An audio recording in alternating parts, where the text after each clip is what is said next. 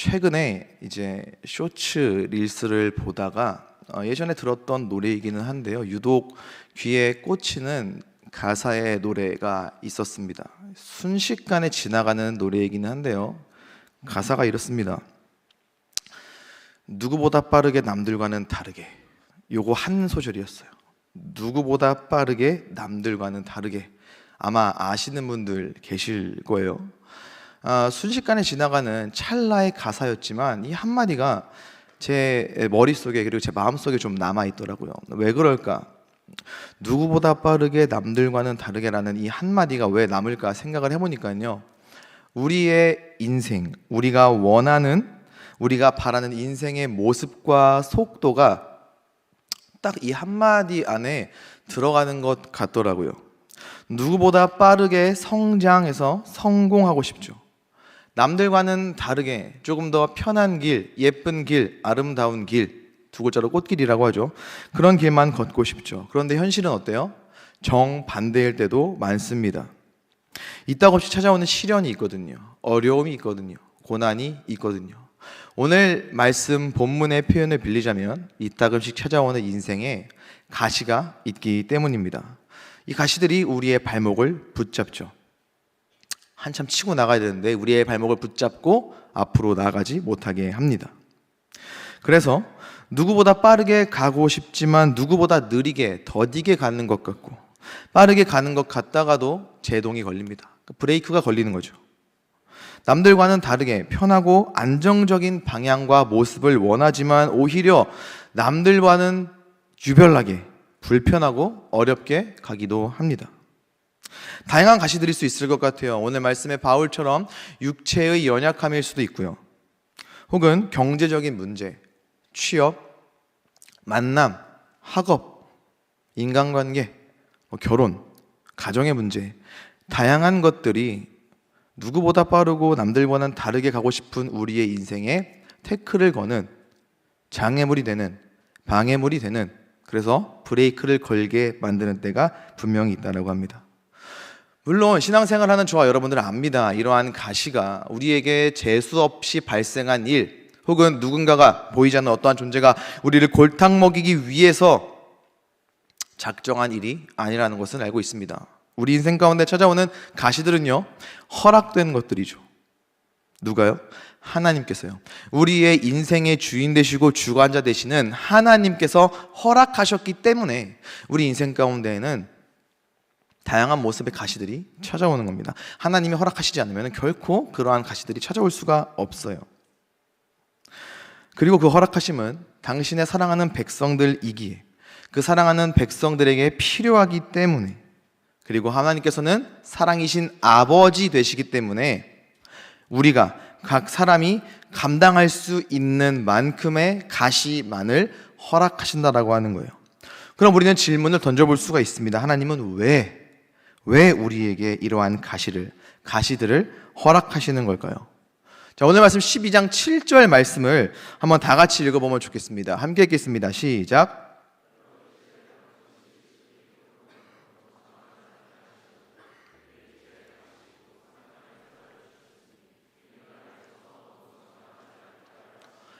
네, 바울이 지금 육체의 가시를 경험하고 있는 바울이 직접 그 가시를 허락하신 이유를 이야기합니다. 고백을 해요. 뭐라고요? 자만하지 않게 하시려고. 이 이야기는 즉 바울이 지금 어떠한 상황으로 인하여서 자칫 잘못하면은 교만해질 수 있는, 자만해지기 쉬운 상태에 있다라고 우리는 생각을 해볼 수가 있습니다. 그럼 도대체 그 상황이 무엇일까요? 7절 말씀을 다시 한번 보면 그 앞에 이렇게 이야기하죠. 여러 계시를 받은 것이 지극히 크므로. 그러니까 여러 계시를 받았는데 그게 너무나 커서 바울로 하여금 자만하게 만들 수 있다라고 하는 겁니다. 여기서 말하는 여러 계시라고 하는 것은 하나님께서 바울에게 특별한 비밀을 보여주신 거예요. 특별한 비밀을 알려주신 것입니다. 물론 그 내용이 무엇인지는 몰라요. 그 비밀의 내용을 가나다라로 ABCD로 알 수는 없습니다. 하지만 그 비밀을 받을 때의 상황과 모양은 우리가 살펴볼 필요가 있어요. 여기서 말하는 여러 계시는요, 고린도후서 12장에 기록되어 있는 내용입니다. 바울이 경험한 환상과 계시예요. 내용은 이렇습니다. 바울이 셋째 하늘로 이끌려가요. 히브리 사람들은 하늘을 세 가지로 구분했습니다. 그들이 눈으로 볼 수 있는 파란 하늘, 그리고 그 위에 우주, 인간이 도달할 수 없는 곳이고요. 그리고 셋째 하늘이 바로 하나님이 계신 곳을 셋째 하늘이라고 했습니다. 그러니까 바울이 셋째 하늘을 경험하고 셋째 하늘에 갔다 왔다라고 하는 것은 바울이 하나님의 나라에 갔다 왔다라는 거예요. 천국에 다녀온 겁니다. 그곳에 가서 말할 수 없고 사람이 표현할 수 없는 것들을 들었다라고 성경에 기록을 하고 있어요. 여러분, 이게 저주일까요? 은혜일까요? 하나님의 나라에 다녀온 게 저주일까요? 아니면 은혜일까요? 당연히 은혜입니다. 하나님의 나라에 갔다 온 것, 셋째 하늘에 갔다 온 것은 은혜예요. 그런데 그 특별한 은혜가 바울로 인하여서 그가 자만하게 될 수 있다라고 하는 겁니다. 그 은혜가 바울로 하여금 바울을 자만하게 만들 수 있다라고 하는 거예요. 물론 셋째 하늘을 경험한 그 은혜 자체가 나쁜 것은 아니죠. 어떻게 그럴까요? 은혜와 자만은 같은 선상에 있기에 힘든, 어울리지 않는 단어인데 어떻게 그 은혜가 바울로 하여금 자만하게 그를 만들 수 있을까요? 이 당시의 바울의 상황을 잠깐 보겠습니다. 바울은 다메섹 도상에서, 다메섹으로 가는 길에서 예수를 경험했죠. 예수를 만났습니다. 그래서 예수 믿는 사람들을 핍박했던 그 열심에서 사람들을 찾아다니고 막 집에도 침범해서 들어가고, 이러한 그 열심의 방향만 정반대로 바꿔서 목숨 걸고 예수를, 목숨 걸고 복음을 전하러 다니기 시작했어요. 문제는 그러한 바울의 진심, 바울의 사도성이 의심을 받게 됩니다. 부정당해요. 여러 가지 이유들이 있었죠. 바울이 다른 예수님의 제자들과는 다른 모습으로 부르심을 받아서, 바울이 경험하고 고생하고 있는 그 환난과 고난들을 보면은 결코 하나님의 사도라고 불리기에는 뭔가 쉽지 않아서, 심지어 바울의 생김새마저도, 이 부분 이야기할 때마다 저희 공동체의 본명이 바울이신 분들이 계시는데 좀 마음이 조금 죄송합니다. 성경의 연구학자들은 이야기해요. 바울은 못생겼었습니다. 키도 작고요, 머리도 벗겨졌었다고 해요. 이러한 이유들로 인해 바울의 어떤 진심과 사도성이 이렇게 위협받고 부정당하니까요, 도무지 동의할 수 없는 이유들로 무시당하니까요, 요즘 우리가 쓰는 표현으로 바울은 지금 억가당하고 있는 거예요. 자, 이런 상황 가운데에서 바울이 셋째 하늘을 경험한 것을 이야기를 한다면 어떻게 될까요? 바로 상황은 역전될 수 있습니다. 왜요? 바울의 사도성을 의심했던 사람들은 결코 경험해보지 못한 특별한 은혜니까요. 심지어 예수님께 직접 부르심을 받아 훈련받은 예수님의 그 제자들도, 다른 사도들도 결코 경험할 수 없었던 은혜였기 때문에 바울이 지금 이것을 이야기한다면 상황은 순식간에 뒤집어질 수 있습니다. 바울의 사도성을 의심했던 사람들이 입을 다물게 될 거예요. 그 순간부터는 바울이 하는 모든 말이 어쩌면 다들 다 납득이 될 수도 있었습니다. 자, 한번 상상해 볼게요. 이 계시를 바울이 자신을 비난하고 자신의 사도성을 의심하는 사람들에게 이야기를 했을 때, 바울이 셋째 하늘을 경험한 이야기를 말할 때마다 겸손해졌을까요? 제가 셋째 하늘에 다녀왔는데요, 거기에서 어마어마한 것들을 보았는데요, 이 이야기를 할 때마다 더 겸손하게, 더 간절하게, 더 낮은 자의 마음으로 이야기할 수 있었을까요? 아니요. 자만했을 겁니다. 자만해졌을 거예요. 교만해졌을 겁니다. 니들 그동안에 나 무시했지. 근데 나는 니들이 경험해보지 못한 어마어마한 걸 경험하고 왔어. 지금부터 그거 이야기해 줄 거야. 근데 이야기할 방법이 없네. 내 말로 표현을 할 수가 없네. 니들이 다녀와야 되는데 니들 안 다녀왔지. 이제 누가 대세인지 알겠지. 이러한 마음으로 이야기가 됐을 거예요. 그래서 우리는 여기서 자만의 두 가지 모습을 한번 생각을 해봐야 합니다. 왜요? 그래야 우리 스스로 자만하지 않기 위해 겸비하고 대비할 수 있으니까요. 신약 성경을 보면은 자만이라고 하는 단어가 데살로니가 후서 2장 4절에 등장을 하는데요, 불법의 사람, 적그리스도가 스스로를 높일 때 쓰는 단어가 이 자만이에요. 자신을 하나님이라고 높이는 거죠. 바울도 충분히 그럴 수 있었습니다. 거듭 말씀드리지만 다른 사람은 절대로 경험하거나 상상도 하지 못할 은혜를 체험했으니까요. 바울 스스로 내가 특별한 사람이구나, 하나님의 특별한 계시와 특별한 은혜를 경험했기 때문에 나는 저들과는 조금 다른 유별난 존재이구나, 하나님께서 저들보다 나를 훨씬 더 귀하게 여기시는구나, 저들보다 나를 훨씬 더 중요하게 생각하시는구나 라고 하면서 그들과 바울 자신 사이에 선을 긋고 경계를 나누었을 거예요. 그렇게 충분히 될 수 있었습니다. 실제로 바울은 이러한 특별한 은혜뿐만이 아니라요, 우리가 계속 사도행전 말씀을 통해서 보아서 알 수 있지만 이 무당의 눈을 멀게 하고 평생 걷지 못한 사람을 걷게 일으키기도 하고요. 그래서 사도행전 14장 말씀을 보면은 바나바와 바울을 향해서 사람들이 이 헤르메스와 제우스라고까지 합니다. 진짜 신격화하는 거예요. 까딱 잘못하면 바울은 나 없이는 이제 복음의 확장은 절대로 안 되겠구나, 이 땅에 하나님의 나라가 나 아니고서는 도저히 펼쳐지지 않겠구나 라는 마음으로 얼마든지 자만해졌을 수 있는 상황이었어요. 우리도 마찬가지입니다, 여러분. 특별히 그리스도의 몸된 교회를 섬기고 이 공동체 생활을 하는 우리들도 이 자만을 굉장히 조심해야 돼요. 나 없이 되겠어? 나 없이 수련회가 되겠어? 나 없이 단기 선교가 되겠어? 나 없이 행복 축제가 되겠어? 죄송합니다. 됩니다. 잘 됩니다. 나 없이 되겠어라고 하는 너만 없으면 더 잘 된다라고 이야기하고 싶어요. 다르게 표현해 볼게요. 혹시 여러분들 마음 가운데에 나 없이 되겠어 라는 마음이 들 때마다 거기 뒤에 이렇게 붙여주세요. 나 없이 되겠어 라고 생각하는 나만 없으면 더 잘 될 거야, 이렇게 생각하시면 좋을 것 같아요. 여러분, 은혜입니다. 우리가 교회에서 무엇을 하고 있다면 그건 은혜예요. 공동체에서 무엇을 섬기고 있다면 그건 우리의 능력이 아니라 은혜입니다. 귀하게 사용해 주시니까요. 그리스도의 몸된 교회에서 섬기는 거 아무나 할 수 없습니다. 택함받은 하나님의 백성만 할 수 있습니다. 그래서 은혜예요. 내가 무엇을 섬겨본 경험이 있다? 그거 은혜입니다. 오랜 신앙생활을 했다? 그거 은혜입니다. 한 교회에 오래 다녔다? 그것 또한 은혜입니다. 그런데 그 은혜가 우리를 자만하게 만들 수 있다라고 하는 거예요. 내가 잘나서, 내가 높아서 그렇게 된 줄로 아는 거죠. 그리고 점점 하나님을 멀리하게 됩니다. 왜요? 내 능력으로 다 되는 것 같으니까요. 내 경험으로 다 될 것 같으니까요. 받은 은혜를 잊어버립니다. 결국에는 받은 은혜를 잃어버리게 되는 것이죠. 자신을 부풀려 생각하는, 더 크게 여기는 이 자만에 빠지지 않도록 우리는 늘 겸비하고 마음을 지켜야 돼요. 또 다른 자만의 모습은 질서를 어기고 고집을 부리는 거예요. 마치 대단한 실세가 되는 것 마냥 하는 거죠. 바울도 충분히 그렇게 생각하고 그런 갑질을, 실세의 놀이를 할 수 있는 그러한 상황 가운데 있었습니다. 바울은 우리가 아는 것처럼 비교적 다른 사도와 제자들보다는 조금 뒤늦게, 나중에 예수님의 제자요 사도가 되었죠. 그 이전에 누가 있었습니까? 직접 예수님께 훈련받아 파송된 베드로, 요한, 주님의 형제 야고보도 있었어요. 이들은 초대교회의 기둥과도 같은 존재들이었습니다. 그런데 지금 바울이 경험한 이 특별한 계시는요, 이들조차도 경험해보지 못하는 것들이었어요. 충분히 이야기할 수 있었겠죠. 봐, 이제 내가 대세야.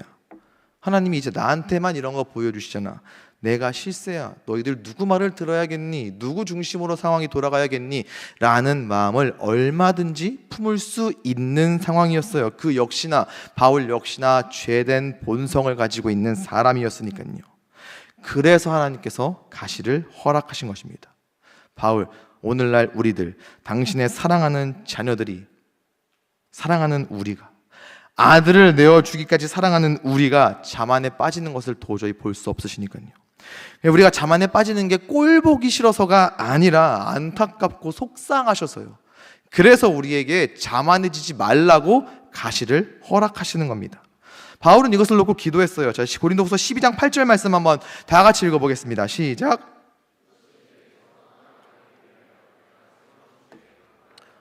여기서 3번 죽게 기도했다라고 하는 것은 3번 숫자적으로 기도했다는 것도 있지만 간절하게 기도했다라고 하는 거예요. 하나님 앞에 철저하게 매달려서 이 가시 좀 치워달라고 간절하게 기도를 했어요. 그 후 하나님께서 바울의 기도에 응답하십니다. 고린도서 12장 9절 말씀인데요, 이것도 한번 다 같이 읽어보면 좋겠습니다. 시작.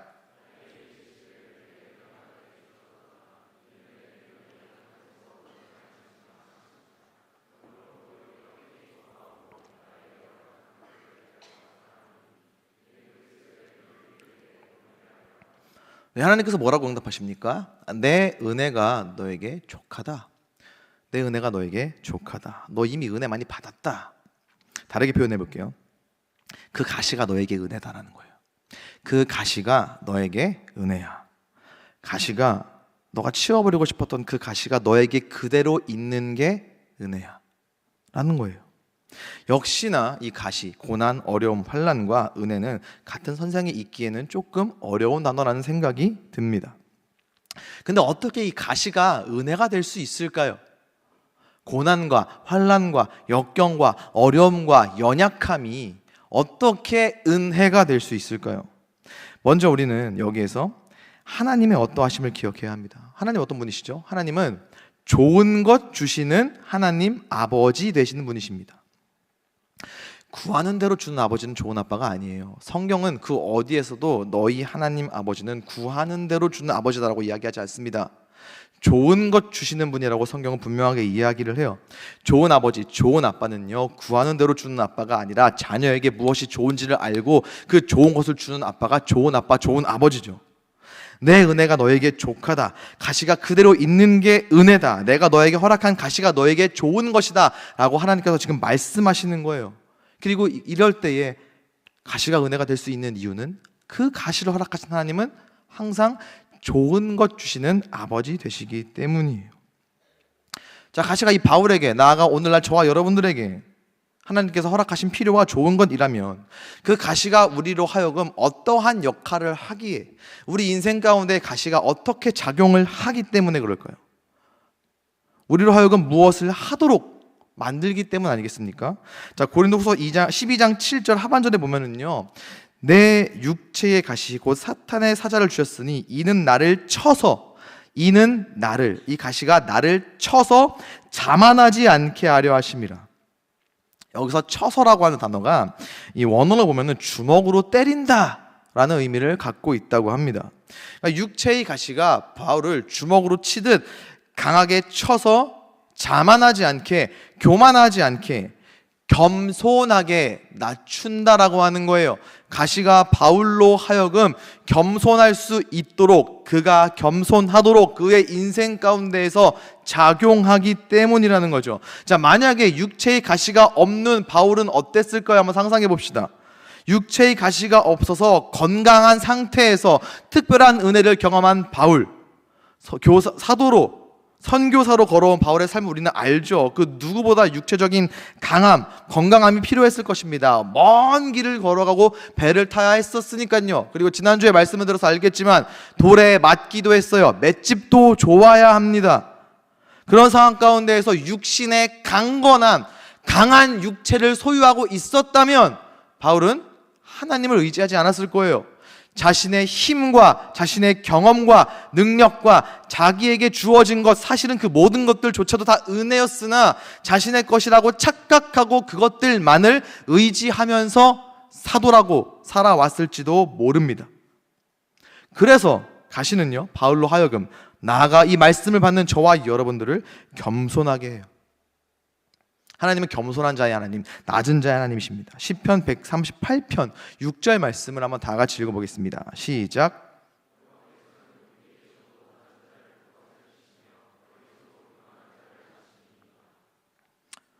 자, 그렇다면 하나님께서 가시를 통해서 우리가 겸손하기를 원하신다라고 하시는데, 하나님께서 원하시는 그 겸손은 어떠한 모습일까요? 이거 뭐 좀 해주세요 라고 하면 저는 그런 거 못해요. 저는 그런 거 잘 할 줄 몰라요. 못하는 척, 되게 잘하지만 거절하는 척. 이게 겸손이 아니라는 건 여러분들 아마 다 아실 겁니다. 성경에서 말하는, 그리고 하나님께서 기뻐하시는 겸손의 모습은 무엇일까요? 먼저는 우리가 하나님의 은혜 없이는 단 한순간도 살 수 없는 존재라는 것을 항상 인식하는 거예요. 나는 하나님의 은혜 없이는 단 한순간도, 1분 1초도 살아갈 수 없는 존재입니다라는 것을 인정하고 인식하고 고백하는 것, 그게 겸손이에요. 바울은 엄청난 능력을 소유하고 있었던 사람입니다. 앞서 말씀드렸지만 그는 나면서부터 걷지 못한 자를 일으켜 세웠습니다. 그뿐만이 아니었어요. 이 무당과의 대결에서도 그의 눈을 멀게 만들었습니다. 그리고 다른 그 어느 누구도 경험해보지 못했던 셋째 하늘까지도 경험을 했어요.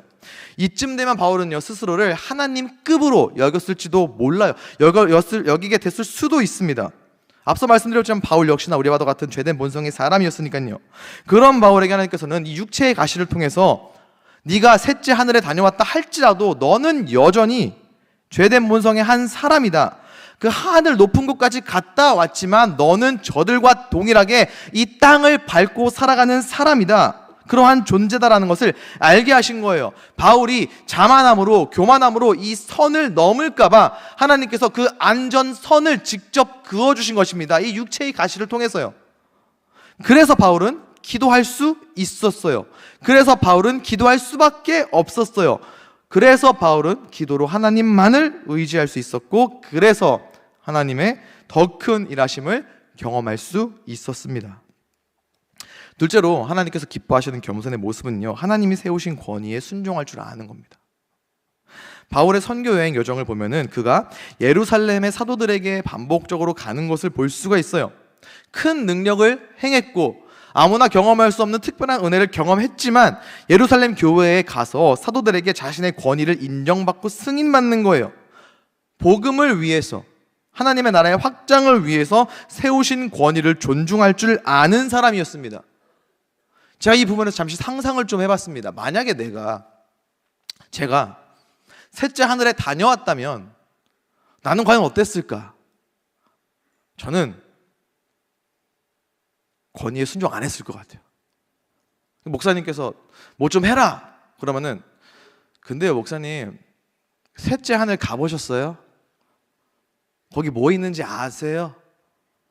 목사님, 저기 새벽에, 저희 교회 새벽은 설교하시는 목사님과 위에서 조명과 음향을 켜는 목사님께 짝을 지어서 하거든요. 저한테 교회에서 내일 새벽 조명이랑 음향을 좀 해주셔야 될 것 같아요 라고 하면은 제가 그랬을 것 같아요. 저는 셋째 하늘 가보셨어요?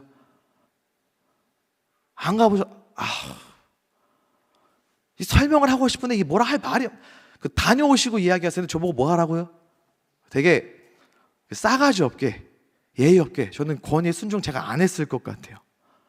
받은 은혜를 제 권위라고 심각한 착각에 빠져 있었을 것 같아요. 저는요.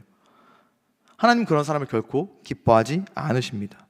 그런 교만하고 자만한 사람은 오히려 버리시고요, 낮은 자, 겸손한 자에게 더 큰 은혜를 주시는 분이 바로 우리가 예배하는 하나님이시라는 거예요. 또 하나님께서 기뻐하시는 겸손의 모습은요, 상처 입은 치유자가 되어서 사람을 이해하는 존재가 되는 거예요. 이 육체의 가시라는 성경 구절을 볼 때마다 하나님께서 저에게 허락하셨던 가시들을 생각을 해보게 됩니다. 저는 태어날 때부터 바울만큼은 아니지만 저에게도 하나님께서 육체의 가시를 허락하셨어요.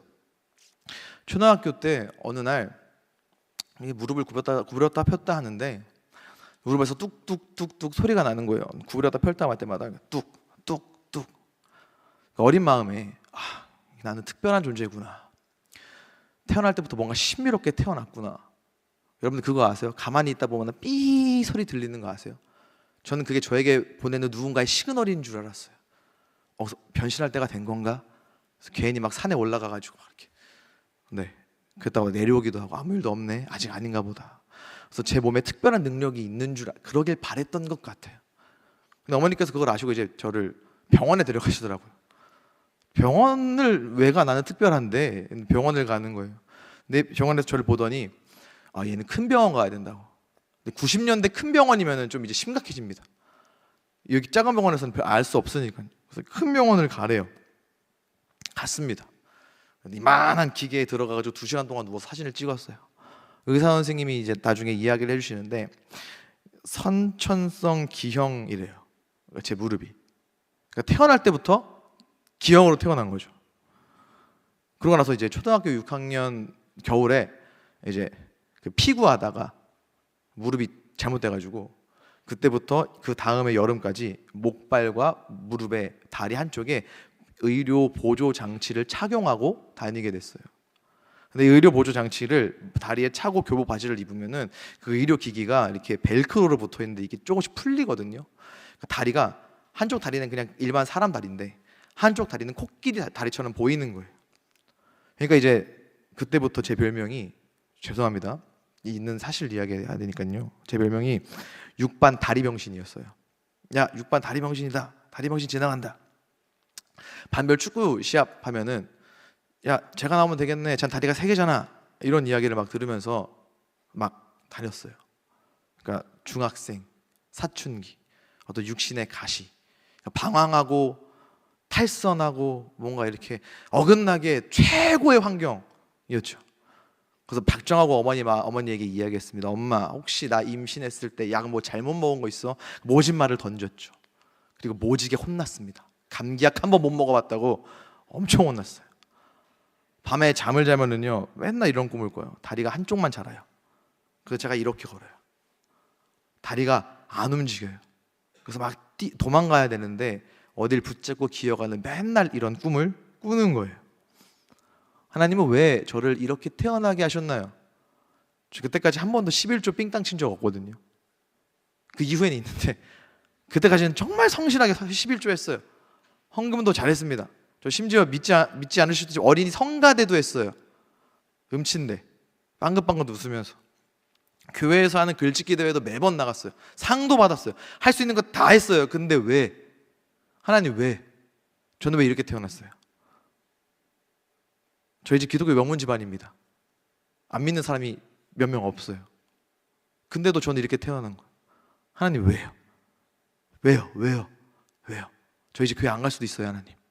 그렇게 시간을 보냈는데 그 중1 상훈이에게 하나님께서 그걸 보여주시더라고요. 장애인, 그분들의 어려움, 그 불편함. 제가 감히 그분들 다 이해 전 절대 못해요. 그 이해 수술을 받고 어느 정도 괜찮아졌거든요. 근데 요만큼은 이해하겠더라고요.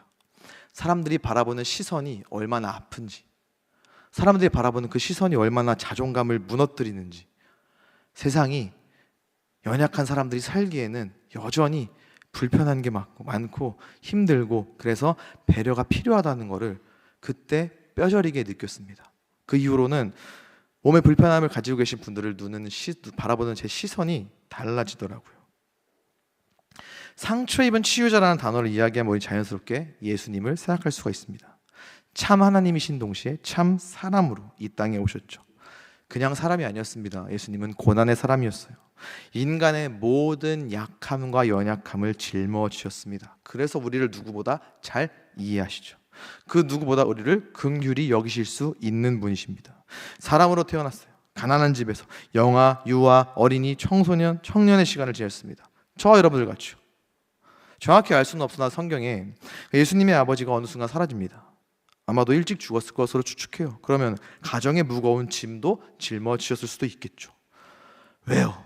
뭐 때문에 그러셨을까요? 그럴 이유가 없는데 그냥 하늘 영광 누리시면 되는데 왜 굳이 이곳 가운데 오셔서 우리와 같은 인간의 몸으로 그 모든 고난들을 다 굳이 왜 경험하셨을까요? 우리를 이해하고 구원하시기 원하셨기 때문이에요. 당신께서 구원하고자 하는 우리가 그러한 존재들이기 때문에 결국에는요, 우리를 그저 사랑하셔서요. 우리의 숭배와 우리의 경배를 받고 싶어서 우리를 구원하신 것이 아니라 우리를 그저 사랑해서 구원하시려 했기 때문에 기꺼이 그 모든 고난을 다 감당하고 짊어지신 것입니다. 우리를 긍휼히 여기셨기 때문에 기꺼이 그렇게 하실 수 있었던 거예요. 기꺼이 그렇게 우리를 사랑해서 상처 입은 치유자가 되셨던 분이 바로 우리 예수님이십니다. 평생 예수를 닮아가야 하는 우리도 마찬가지죠. 허락하신 가시와 연약함과 약함과 고난은요, 우리를 예수 닮아가도록 아름답게 빚어가는 하나님의 도구가 될 수 있습니다. 그래서 우리로 하여금 다른 누군가를, 다른 상처 입은 자를 치유할 수 있는 치유자로 사용하시는 거예요. 우리가 경험하고 있는 아픔과 환난과 어려움과 고난과 눈물과 연약함과 그 유약함이 다른 사람을 치유하는 하나님의 도구가 되고 그 악취가 날 것 같은 고난과 눈물 가운데에서 다른 누군가를 회복하고 치유하는 향기가 나타난다는 거예요. 하나님께서는 이와 같은 겸손을 우리에게 원하십니다. 그래서 가시를 허락하셨고 그것을 통해서 그분의 은혜가 우리 안에 머물게 하신다는 거예요. 자, 이것을 안다면 이제 우리는 가시의 목적을 이해하고 수용할 수 있습니다. 나에게 허락된 가시, 혹은 앞으로 살아가면서 나에게 허락될 가시들조차도 다른 시선으로 바라볼 수 있죠. 가시를 향한 우리의 태도가 달라질 수 있다라고 하는 겁니다. 바울이 이것을 보여주고 있어요. 고린도후서 12장 9절 중반절, 이것도 한번 다 같이 읽어보겠습니다. 시작.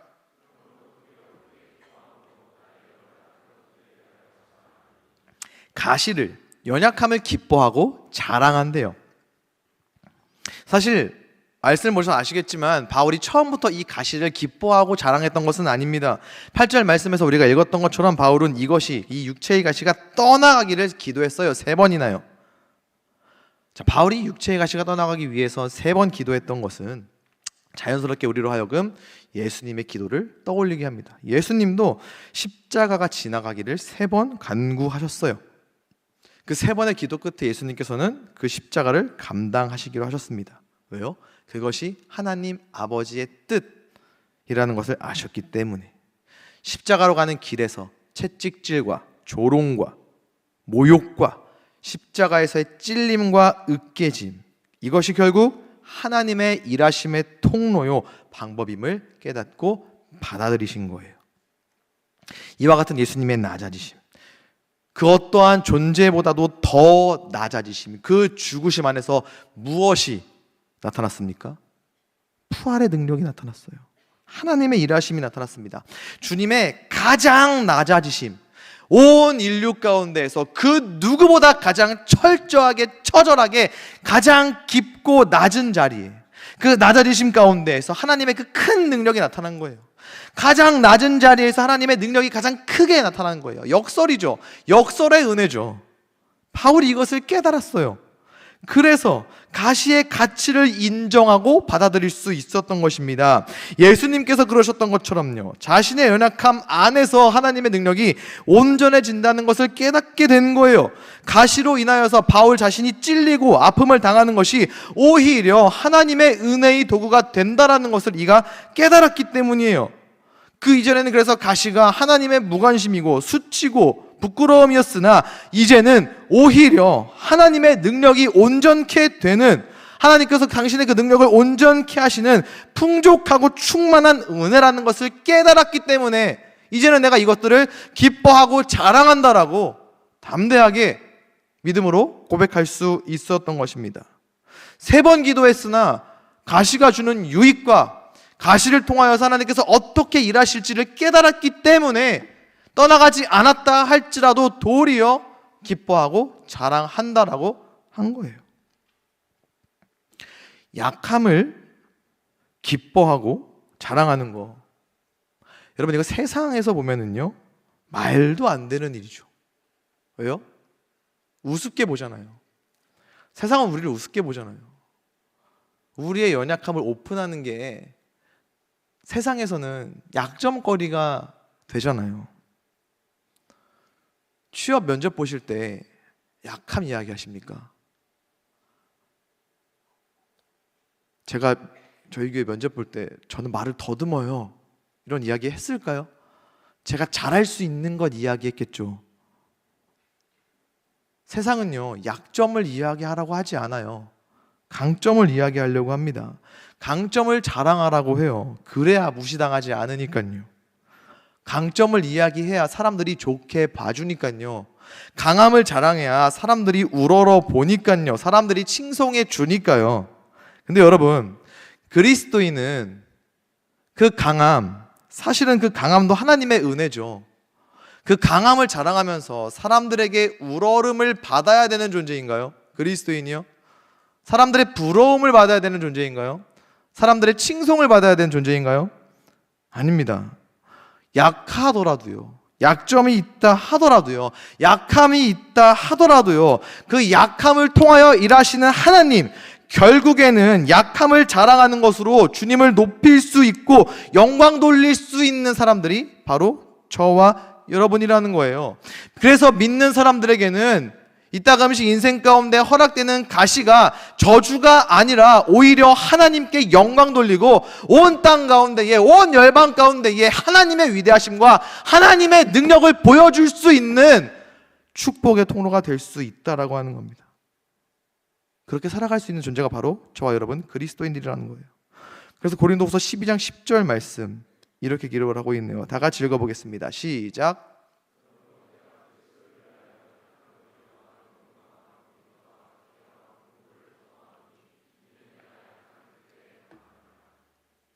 방금 읽으신 이 성경 말씀이요, 신약 성경에 기록되어 있는 한 구절이 아니라 여러분의 평생의 삶의 모습이 될 수 있기를 간절히 소망합니다. 사랑하는 청년 여러분, 말씀을 마무리하겠습니다.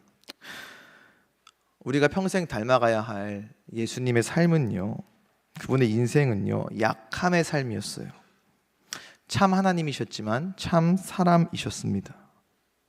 육신의 약함에 신성을 감추셨어요. 그래서 늘 무릎으로 간절하게 눈물로 기도해야 했던 약함의 삶이었습니다. 우리에게 가시를 허락하신 것, 약함과 고난과 어려움을 허락하시는 것은요, 너 고생 좀 해봐라, 혹은 너 그동안에 이러이러한 잘못했지, 그러니까 이거 네가 받는 벌이야, 그런 의미로 주시는 게 아닙니다. 사랑하는 우리로 하여금 예수님의 길을 걷게 하시려는, 평생 예수를 닮아가야 할 우리가 그 예수께서 먼저 걸어가신 그 길을 따라갈 수 있도록 하기 위해서 우리에게 허락하신 하나님의 가이드라인이, 그 약함이 은혜이고 그 약함이 우리를 조금씩 빚어갑니다. 그 가시가 우리를 조금씩 다듬어요. 그렇게 우리는 예수님을 닮아갑니다. 잃어버린 하나님의 형상을 회복하는 거예요. 오늘 성찬식은 그 예수님께서 우리를 위해 자기 자신을 내어주신, 생명을 주심을 묵상하는 시간입니다.